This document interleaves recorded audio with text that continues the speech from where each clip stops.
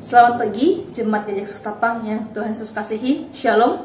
Mari sebelum kita melakukan aktivitas pada pagi hari ini, mari kita merenungkan firman Tuhan. Mari kita berdoa. Bapa kami dalam surga, terima kasih untuk hari baru yang Kau sediakan bagi kami. Kami rindu memulai hari ini dengan tuntunan firman-Mu. Berbicaralah ya Roh Kudus kepada setiap hati kami. Kami siap mendengarkan firman-Mu. Hanya dalam nama-Mu Tuhan Yesus kami berdoa. Amin. Renungan firman Tuhan hari ini terambil dari Keluaran pasal yang ke-12 ayat yang ke-29 sampai yang ke-42. Saya akan membacakan beberapa ayatnya saja. Maka pada tengah malam Tuhan membunuh tiap-tiap anak sulung di tanah Mesir, dari anak sulung Firaun yang duduk di tahtanya sampai kepada anak sulung orang tawanan yang ada dalam liang tutupan beserta segala anak sulung hewan. Lalu bangunlah Firaun pada malam hari itu bersama-sama semua pegawainya dan semua orang Mesir, dan kedengaranlah seruan yang hebat di Mesir, sebab tidak ada rumah yang tidak kematian. Lalu pada malam itu dipanggilnyalah Musa dan Harun, katanya, bangunlah, keluarlah dari tengah-tengah bangsaku, baik kamu maupun orang Israel, pergilah beribadahlah pada Tuhan seperti katamu itu. Bawalah juga kambing dombamu dan lembu sapimu seperti katamu itu. Tetapi pergilah dan mohonkan juga berkat bagiku. Kita lanjut ayat yang ke-40. Lamanya orang Israel diam di Mesir adalah 430 tahun. Sesudah lewat 430 tahun, tepat pada hari itu juga, keluarlah segala pasukan Tuhan dari tanah Mesir. Malam itulah malam berjaga-jaga bagi Tuhan untuk membawa mereka keluar dari tanah Mesir. Dan itulah juga malam berjaga-jaga bagi semua orang Israel, turun-temurun untuk kemuliaan Tuhan. Cuma kekasih Kristus, bagian yang kita baca merupakan peristiwa klimaks dari cara Tuhan untuk membawa bangsa Israel keluar dari tanah Mesir. Firaun sudah keras hatinya sehingga ia sama sekali tidak mengizinkan bangsa Israel keluar dari negerinya.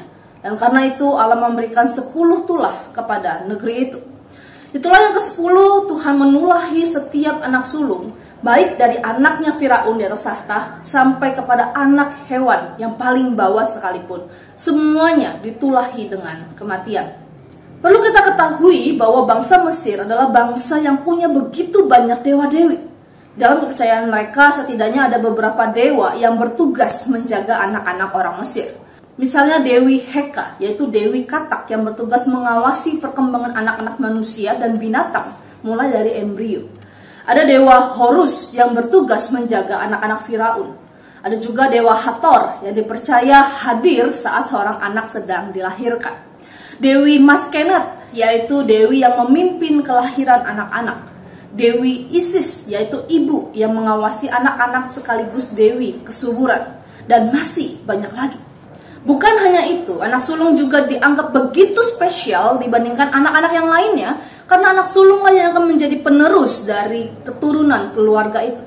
Dengan semua ini kita bisa mengerti bahwa tulah yang ke-10 membunuh semua anak sulung merupakan serangan mutlak bagi Firaun dan orang-orang Mesir, bahwa dewa-dewi mereka tidak berkutik di hadapan Allah Yahweh yang berkuasa atas segala ciptaan. Itu juga yang diakui oleh Firaun ketika ia tidak sanggup lagi menahan semua tulah yang dialami bangsanya. Pergilah, beribadahlah kepada Tuhan Yahweh seperti katamu itu, dan mohonkan juga berkat bagiku. Firaun sadar semua dewa-dewi yang ia percayai sebagai pelindung Mesir tidak tahan menahan kuasa Allah yang dipercaya oleh Musa dan Harun. Sungguh berbahagialah setiap kita, Bapak Ibu Saudara, bahwa Allah yang dahsyat itu kita bisa kenal dan sembah di dalam Yesus Kristus, yang telah menang atas segala sesuatu, bahkan atas maut sekalipun, di atas kayu salib dan kebangkitannya.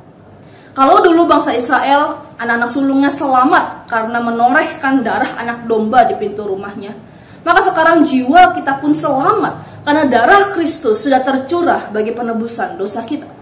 Ini semua pada akhirnya menjadi bukti bahwa Allah itu setia dan penuh kasih kepada umatnya. Meskipun rasanya begitu lama, 430 tahun bangsa Israel diperbudak di Mesir, tetapi Allah tak pernah meninggalkan umatnya sekalipun. Demikian jugalah dengan kita. Meskipun kadang kita merasa pertolongan Allah tidak cepat terjadi dalam diri dan keluarga kita, tapi percayalah dengan iman, Bapak Ibu Saudara, bahwa Ia adalah Allah yang setia dan penuh kasih setia kepada setiap kita, umat kesayangannya. Kiranya firman Tuhan ini menjadi suatu penghiburan bagi setiap kita melewati hari demi hari bersama Tuhan Yesus. Amin. Mari kita berdoa. Ya Bapa, siapakah kami ketika Engkau mengingat dan mengasihi kami hari demi hari? Biarlah kisah perjalanan pembebasan bangsa Israel menjadi ingat-ingatan bagi kami bahwa Engkau selalu setia dan penuh kasih kepada umat-Nya. Tolong kami ya Roh Kudus untuk tetap mengarahkan mata iman kami mengandalkan-Mu. Hanya dalam nama-Mu Tuhan Yesus kami berdoa. Amin.